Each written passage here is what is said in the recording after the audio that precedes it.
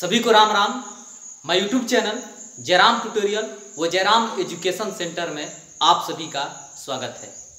Video शुरू करने से पहले बता देना चाहता हूं कि यदि आप मेरे चैनल को सब्सक्राइब नहीं किए हैं तो सब्सक्राइब कर दीजिए और अपने दोस्तों के पास शेयर कर दीजिए। चलिए, आज जो मैं वीडियो बनाने जा रहा हूँ वो क्लास 10वीं के, यानी कि जो भी छात्र बिहार बोर्ड से क्लास 10वीं के 2023 में एग्जाम देने वाले हैं या अगले साल देंगे या कभी भी देंगे, उनके लिए सबसे महत्वपूर्ण है। ये जो पाठ है क्लास 10वीं हिंदी गोधुली भागवन का तीसरा पाठ, यानी भारत से हम क्या सीखे। तीसरा जो पाठ है भारत से हम क्या सीखे। चलिए देखते हैं इस पाठ में क्या कहा गया। यानी कि देखिए, भारत से हम क्या सीखे, यह एक प्रकार के भाषण है। ये जो विधा है भाषण से विलंब करता है। और भारत से हम क्या सीखे, अगर मान लीजिए कि कोई भी, अगर मान लीजिए कि आप गुरु के शरण में जाते हैं तो उनके पास जाकर आपने क्या सीखा। उसी तरह यदि आप भारत में जन्मे हैं तो आप भारत से क्या प्राप्त किए और भारत में आप रहकर क्या सीखे। ठीक उसी तरह इस पाठ के जो लेखक है, भारत से हम क्या सीखे पाठ के जो लेखक है मैक्स मूलर, जिनका जन्म 6 दिसंबर 1823 जर्मनी डेसाउ नामक नगर में हुआ था। ये जर्मनी के थे, ये भारत में आए और भारत में क्या सीखे, उन्हीं भारत के आज ही इन्होंने बड़ाई किया है। हम भी उस महान लेखक के बारे में जानेंगे विचार को कि उन्होंने भारत में आया और क्या देखा क्या सुना। चलिए आते हैं। सबसे पहला प्रश्न है कि समस्त भूमंडल में सर्वविध संपदाओं से परिपूर्ण देश हमारा भारत क्यों। लेखक कहते हैं कि समस्त भूमंडल में सर्वविध संपदाओं, समस्त भूमंडल मतलब यानी कि पूरा विश्व, समस्त भूमंडल में सर्वविध संपदाओं से परिपूर्ण देश हमारा भारत है। हम कह सकते हैं कि भारत हमारा ऐसा देश है जहां पर किसी भी चीज की कमी नहीं है। यहाँ पर अनेकों जाति धर्म के लोग आपस में मिलजुल कर रहते हैं। यही नहीं, यह जो भूमि है स्वर्ग की भूमि है, मोक्ष की भूमि है, तपस्या की भूमि है। यहाँ देवता भी जन्म लेने के लिए तरसते हैं। अगर ज्ञान विशेष क्षेत्र की बात की जाए तो देश विदेश के विद्वान यहाँ पर आते हैं ज्ञान प्राप्त करने के लिए। इसीलिए हमारा भारत सर्वविध संपदाओं से परिपूर्ण देश है। इस देश का मुकाबला कोई देश नहीं कर सकता। चलिए अगला क्वेश्चन, 2 नंबर क्वेश्चन है लेखक की दृष्टि से सच्चे भारत का दर्शन।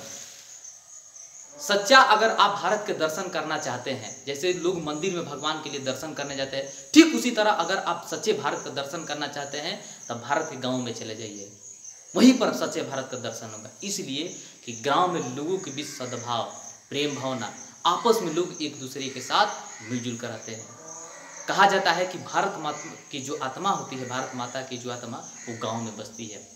इसलिए कि गांव वालों के बीच प्रेम भाव सद्भाव, एक दूसरे के साथ मिलजुल कर रहते हैं। विधि शास्त्र नियम कानून यानी कि सभी क्षेत्र से इन लोगों क्या होता है, परिपूर्ण होते हैं हमारे गांव वाले लोग। इसीलिए कहा जाता है कि सच्चे भारत का दर्शन गांव हो सकता है। और लेखक मैक्स मूलर भी गांव में घूमकर सच्चे भारत का दर्शन किया है और कहते हैं कि सच्चे भारत का अगर आप दर्शन करना चाहते हैं तब भारत के उस ग्रामीण क्षेत्रों में चले जाइए और सच्चे भारत का दर्शन से आपको क्या हो जाएगा, पर्याप्त दर्शन हो जाएगा। अब देखिए तीसरा क्वेश्चन, वारेन हेस्टिंग्स से संबंधित घटनाओं के लिखिए। अब देखिए वारेन हेस्टिंग्स कौन है, तब बता देते हैं कि वारेन हेस्टिंग्स यह भारत के गवर्नर जनरल थे। गवर्नर जनरल थे। इनको उत्तर प्रदेश में एक वाराणसी शहर है, उसी वाराणसी के पास 172 दारिश नामक सोने के घड़ा मिला।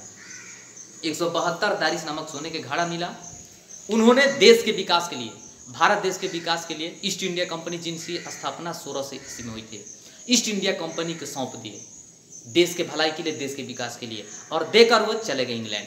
कुछ दिनों के बाद जब वो आए तो देखे कि जो सोने का घड़ा था पूरी तरह से समाप्त हो गया था, पूरी तरह से लूटपाट के लोग बराबर करते हैं। ये कैसी घटना थी। अब मान लीजिए कि हम आपको सरकार देश की सेवा के लिए अगर कोई भी व्यक्ति अपना के आपको कुछ रकम समर्पण करे, पैसा रुपया दे, अगर कोई लूटपाट करके उसे समाप्त कर दे तो बताइए कितनी दुखद घटना है। ठीक उसी तरह इनके साथ दुखद घटना हुई। इन्होंने देश के विकास के लिए 172 दारिश नामक सोना के घड़ा दे दिए और जब लौट कर आए तो देखे कि पूरी तरह से समाप्त हो गई। इस प्रश्न से हमें यही ज्ञान मिलता है कि अगर किसी भी तरह के हमारे जीवन में अगर ऐसी घटनाएं होती, इस घटना को क्या किया जाए, रोका जाए, इसे बचा जाए, नहीं तो हमारे साथ साथ हमारे देश के लिए घातक हो सकता है। अब देखिए चौथा, धर्मों की दृष्टि से भारत का क्या महत्व है। धर्म, देखिए धर्मों की दृष्टि से अगर भारत के महत्व कहा जाए तो भारत ऐसा देश है जहां पर अनेकों धर्म के लोग आपस में एक दूसरे के साथ मिलजुल कर रहते हैं। यही नहीं, हमारे भारत देश का ऐसा संविधान है जो देश में रहने वाले नागरिकों को किसी भी धर्म को मानने की पूरी तरह से आज़ादी देता है। इसीलिए हमारा भारत देश विश्व के सभी देशों में धर्मों की दृष्टि से सबसे महत्वपूर्ण माना जाता है। अब देखिए अगला, भारत किस तरह अतीत और सुदूर भविष्य को जोड़ता है। देखिए भारत किस तरह अतीत यानी कि बीता हुआ और सुदूर भविष्य मतलब आने वाला है। तब भारत अनेकों क्रियाकलापों के द्वारा सुदूर भविष्य को जोड़ते हैं। जैसे हमारे परिवार में हमारे पूर्वजों ने जिस विधि शास्त्र से, जिस नियम कानून से पूजा पाठ करते हैं, या किसी भी तरह का शादी ब्याह या किसी भी तरह की परंपरा हो, आज उसी विधि शास्त्र पूजा पाठ परंपरा को हम भी मानते हैं। इसीलिए हमारा भारत अतीत और सुदूर भविष्य होता है, यानी कि पहले से लेकर आज तक ला, और हमारे साथ साथ हमारे आने वाला भी पीढ़ी, हम जो परंपरा को मान रहे हैं इसी पीढ़ी को मानेंगे। तो हम कह सकते हैं कि हमारा भारत जो है अतीत और सुदूर भविष्य को कई क्रियाकलापों के द्वारा जोड़ता है। अब कह रहा है 6वां क्वेश्चन, लेखक वास्तविक इतिहास। देखिए अगर इतिहास कहा जाए कि इतिहास किसे कहते हैं, तो इति का अर्थ होता है बीता हुआ, हास का मतलब कहानी या बात, यानी कि बीती हुई बात या कहानी को अध्ययन करना इतिहास कहलाता है। वास्तविक, लेखक वास्तविक इतिहास किसे कहते हैं। वास्तविक का अर्थ होता है सच, वास्तव यानी कि सच। साइंस में आप पढ़े होंगे कि वास्तव यानी कि वास्तविक प्रतिमा यानी कि सच में, काल्पनिक यानी कि सपना सोचने वाला, वास्तविक यानी कि सच में, यानी कि सच्चा इतिहास कौन है। तो लेखक वास्तविक इतिहास उसे मानते हैं जो इतिहास के मूल उद्गम स्रोत है, अगर वो आज मौजूद है तो उसी को लेखक वास्तविक इतिहास मानते हैं। यानी कि जो पहले पीढ़ी मौजूद थी, जिस नियम कानून के विधि शास्त्र में थे, अगर वह आज मौजूद है तो लेखक उसी को वास्तविक इतिहास मानते हैं। अब देखिए 7वां क्वेश्चन है, लेखक नया सिकंदर किसे कहा है। लेखक नया सिकंदर का उपाधि क्यों दिया जाता है। देखिए यह भी, सिकंदर भी एक महान व्यक्ति था, लेकिन भारत के लिए सपना देखते रहे, सोचते गए कि हम भी भारत जाए। उसी तरह लेखक नया सिकंदर उन व्यक्तियों को कहा है जो व्यक्ति स्वप्न देखते हैं, सोचते हैं कि हम भी भारत जाकर वहां पर कुछ प्राप्त करें, ज्ञान की प्राप्ति करें, भारत के बारे में कुछ जाने। उन व्यक्तियों को लेखक ने नया सिकंदर कहा है।